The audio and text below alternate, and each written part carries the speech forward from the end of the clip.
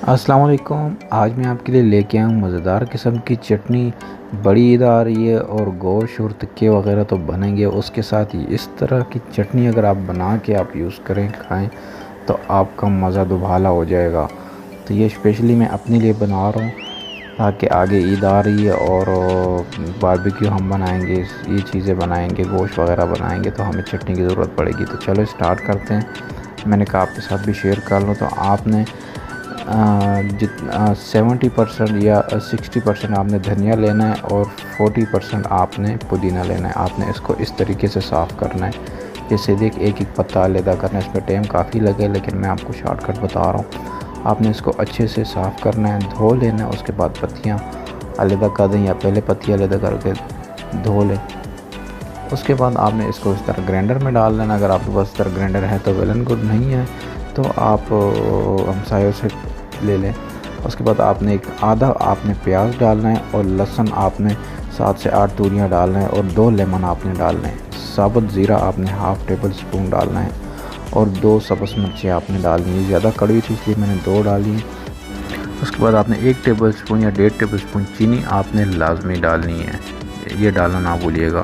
चटनी अगर आप थोड़ी बना रहे हैं तो आप नमक डालें। अगर आप चटनी पूरे महीने की बना रहे हैं या 2 महीने की बना रहे हैं तो आपने नमक नहीं डालना, क्योंकि नमक पानी छोड़ता है। उसके बाद आप आइस क्यूब डालें। आइस क्यूब इसलिए आप डालें ताकि आपकी चटनी हरी भरी रहेगी, ख़राब नहीं होगी।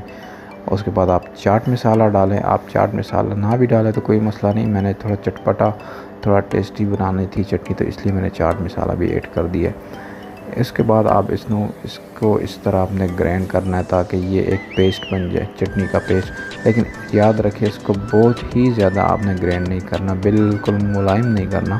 आपने इसको थोड़ा बहुत दरदरा सा रखना है, एक पेस्ट बनाना है लेकिन ज़्यादा मुलायम ना हो। ये देखें, आप इस चटनी की लुक चेक करें, आपने सेम ये चीज़ रखनी है। ये देखें, ये चटनी आप इस तरह भी यूज़ कर सकते हैं और अगर आप इसको दही में मिक्स करना चाहते हैं तो आप दही में भी मिक्स कर सकते हैं। आप इसको अच्छा, इसका सेव करने का तरीका क्या है, आपने इसको किसी बोल में निकालना है, डालना है। उसके बाद आपने इसको चम्मच के ज़रिए, किसी के ज़रिए आपने एक शीशे की बोतल ले लेनी है। तो मुझे लाजमी बताएं आप कौन से शहर से देख रहे हैं, कहाँ से देख रहे हैं, मुझे कमेंट्स में लाजमी बताया मेरी रेसिपी आपको कैसी लग रही है।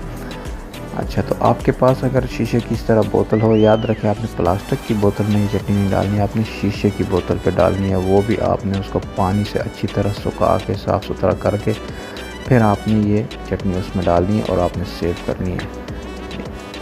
तो ये आप 1 महीने की भी बना सकते हैं, 2 महीने की भी बना सकते हैं। तो आप बना के सेव करें और एंजॉय करें। आप बड़ी ईद आने वाली है।